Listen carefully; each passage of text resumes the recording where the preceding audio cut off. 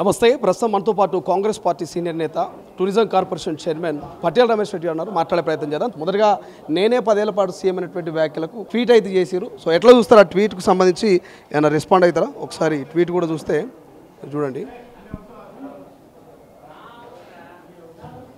So ఏం respond అవుతుంది? వాస్తవంగా అంటే రేవంత్ రెడ్డి గారు చెప్పిన మాటలలో కానీ ట్వీట్ చేసిన మాటలలో ఎలాంటి చెడు లేదు.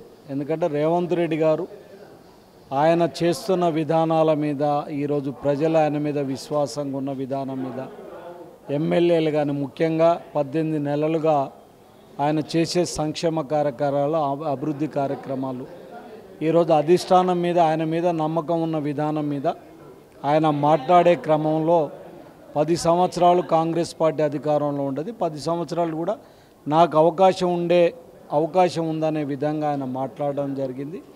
దాంట్లో అదొక నమ్మకం, ఒక విశ్వాసంగా. ఎందుకంటే ఇప్పుడు నేను ఒకరోజు ఎమ్మెల్యే కావాలనే దాంతో వెళ్తుంటాం, మాట్లాడే క్రమంలో వచ్చేసరికి ఖచ్చితంగా ఎమ్మెల్యే నాకు టికెట్ వస్తుందని విశ్వాసంగా చెప్తాం. దాంతో క్యాడర్లో కూడా ఏంటంటే ఒక విశ్వాసం, ఒక ఇన్స్పిరేషన్ ఉండే విధంగా ఈరోజు ముఖ్యమంత్రి గారు మాట్లాడడం జరిగింది. రాజగోపాల్ రెడ్డి గారు ఏదైతే చెప్పిండో దాంట్లో కూడా అంటే పార్టీ సిద్ధాంతం అనేది ఏంటంటే, పార్టీ అంటే అసెంబ్లీ ఎన్నికలు అయిపోయాక ఎమ్మెల్యేలు అందరూ కూడా నిర్ణయం తీసుకొని అధిష్టానం సూచన మేరకు నిర్ణయించడం అనేది కూడా జరుగుద్ది. కాబట్టి అందులో ఏం తప్పు లేదు. ఖచ్చితంగా పార్టీ విధానం ప్రకారమే వెళ్తాం. ఖచ్చితంగా అదొక నమ్మకం.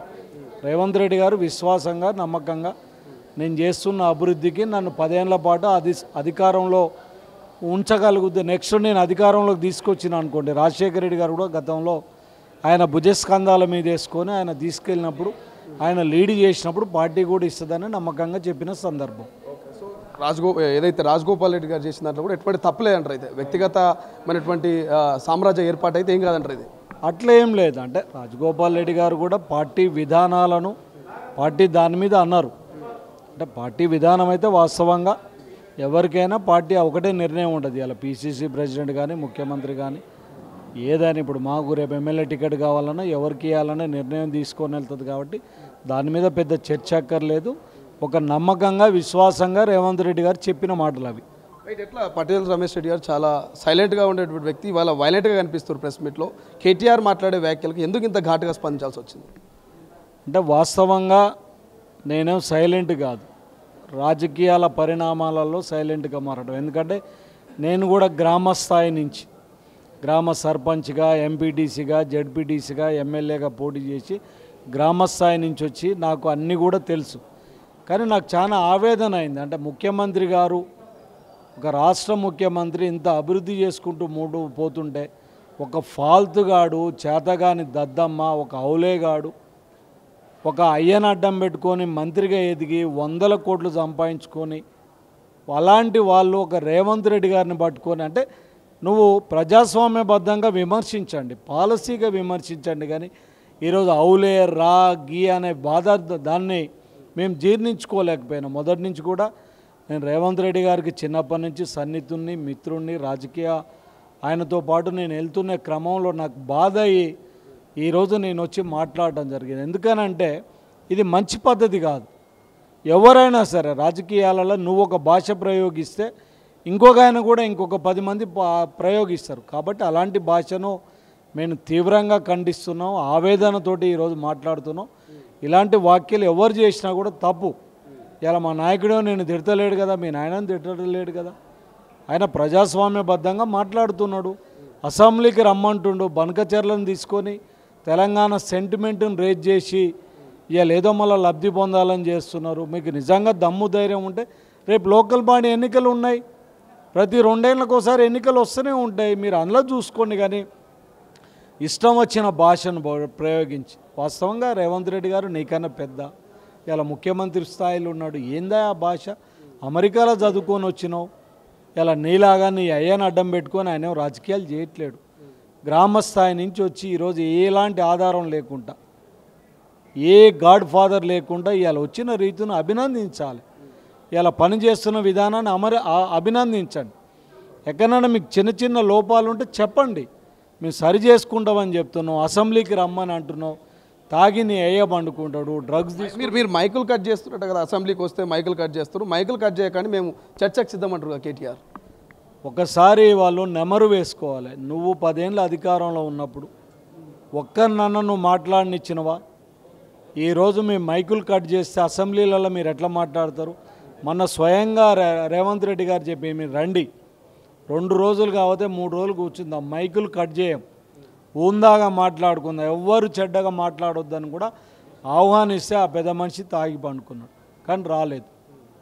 ఇలా నువ్వు రేవంత్ రెడ్డి గారు పిసిసి ప్రెసిడెంట్గా ఉన్నప్పుడు నేను ప్రత్యక్ష సాక్షినండి, ఏ ప్రోగ్రాంకు పోదామన్నా హౌస్ అరెస్ట్ చేసి పెట్టినాం. ఇలా మేమేమన్నా అట్లా చేస్తున్నామా? చిన్న సోషల్ మీడియా లేదని నిశ్చయిత కూడా కేసులు పెట్టి ఉక్కుపాదంతో అనగదొక్కినాం. అయినా కూడా మేము ఇవాళ చేయట్లేం కదా. మా నాయకుడు రేవంత్ రెడ్డి గారు ఉందాగా ఇవాళ ఆయనే కనుక కక్ష సాధింపు చేయాలని అనుకుంటే నువ్వు, నీ అయ్యా, నీ బావ అందరు కూడా జైల్లో ఉండేటోళ్ళు. 18 నెలలైంది. నువ్వు రెడ్ హ్యాండెడ్గా దొరికినా కూడా ఇవాళ ఎక్కడ కూడా నీ మీద జైలుకు పంపాలన్న ఆలోచన లేదు. చట్టం తన పని తాను చేసుకొని పోతుందని ఆయన దాన్ని కక్షపూరితంగా వ్యవహరించిన పరిస్థితి లేదు. కానీ వీళ్ళు మాత్రం దారుణంగా మాట్లాడుతున్నారు. దానిని మాత్రం మేము తీవ్రంగా ఖండిస్తున్నాం. ఫోన్ ట్యాపింగ్ వ్యవహారం కావచ్చు, బట్టిదైనా లేకపోతే ఉత్తమ్దైనా, నల్గొండకు సంబంధించి ఖమ్మంకు సంబంధించినటువంటి నాయకుల ఫోన్లు ట్యాప్ అవుతూ ఉన్నాయి. ఖచ్చితంగా వాళ్ళు ముఖ్యమంత్రి సీటుకి ఎసరు పెడతారని ట్యాప్ చేస్తున్నారని ఒక కామెంట్ వచ్చింది. ఎట్లా చూస్తారు? వాస్తవం అనేది అంటే ఇది దొంగే ఇంకోని దొంగ అన్నట్టున్నది సామెత. నువ్వు చేసినావు కాబట్టి మిగిలిన వాళ్ళు కనపడుతున్నారు. వాస్తవంగా ఫోన్ ట్యాపింగ్ అయితే బట్టి గారో ఉత్తమ్ గారో చెప్పాలి, అయ్యా నా ఫోన్ ట్యాపింగ్ అవుతుంది, ముఖ్యమంత్రి గారు చేస్తున్నాను. అసలు వీడు చెప్పేది ఏందా? వీడు చెప్పడం అని అంటే వాళ్ళనేదో వర్గంగా చీల్చాలే, రేవంత్ రెడ్డికి వ్యతిరేకంగా చేయాలి, మీకు మేము సపోర్ట్ చేస్తున్నాం అనేది. కానీ అక్కడ పప్పులు ఉడకవు.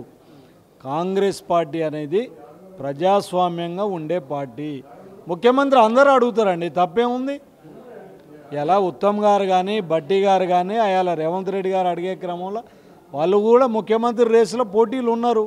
అర్హత లేదా? నీ అయ్యేలాగా నీ పార్టీలాగా ఒకరు ఉండరేడ, పోటీ పడతారు, తప్పేం లేదు. కానీ అధిష్టానం ఎమ్మెల్యేలు నిర్ణయం తీసుకుంటే పోతుంది. కాబట్టి ఫోన్ ట్యాపింగ్ అనేది లేదు. ఇవాళ మేమే ఫోన్ ట్యాపింగ్ మీద కేసులు ఫైల్ చేసినాంలో మేమెందుకు చేస్తాం? ఈ గవర్నమెంట్లో ఎక్కడ కూడా ఫోన్ ట్యాపింగ్ అనేది లేదు. దమ్ముంటే ఏమన్నా అయితే కూడా నువ్వు ప్రూఫ్స్ ఇవ్వండి. ఇలా కేంద్ర ప్రభుత్వం ఉంది, కేంద్ర ప్రభుత్వానికి రాయండి. మీ ఎవ్వరి ఫోన్ ట్యాపింగ్ చేసినా కూడా దానికి మేము సిద్ధంగా ఉన్నాం.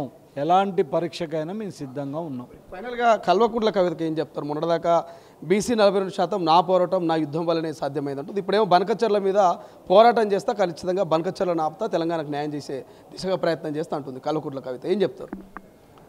అంటే కవిత అనే టామే ఇప్పుడు పాపం తెగిన గాలిపటం, అది ఎడిపోతుందో ఏమవుతుందో తెలియదు. ఆమె కూడా మన జైలుకు పోయి ఇచ్చినాక కాయలు తప్పినట్టుంది, ఏం మాట్లాడుతుందో కూడా అర్థం కావట్లేదు. ఆమెను నేను ఫస్ట్ టైం అడుగుతున్నాడు, నువ్వు బీఆర్ఎస్లో ఉన్నావా, కొత్త పార్టీ పెట్టుకున్నావని నువ్వు మాట్లాడాలి. బీసీలకు అసలు నీకు సంబంధం ఏంది? నీ అయ్యా ముఖ్యమంత్రిగా ఉన్నప్పుడు 34% నుంచి 23%కి తగ్గించిన ఘనత నీ అయ్యకి దక్కింది. ఇలా కాంగ్రెస్ ప్రభుత్వం ముఖ్యంగా రేవంత్ రెడ్డి గారు ఒక దృఢ సంకల్పంతో బీసీలకు ఎస్సీలకు న్యాయం చేయాలని బీసీలకు ఈరోజు 42% రిజర్వేషన్ ఆర్డినెన్స్ తేవటం కానీ, సుప్రీంకోర్టు నిర్ణయం తర్వాత ఎస్సీ వర్గీకరణ కానీ చేసిన ఒక సామాజిక పరివర్తన చెందించే నాయకునిగా ఈరోజు రాహుల్ గాంధీ సూచనల మేరకు చేసిన ఘనత అది అబ్సల్యూట్లీ. ఈ 2 కానీ సన్నబియ్యం కానీ దీనికి పేటెంట్ కాంగ్రెస్ పార్టీ, రేవంత్ రెడ్డి, ఎవ్వరికి కూడా దీంట్లో సంబంధం లేదు.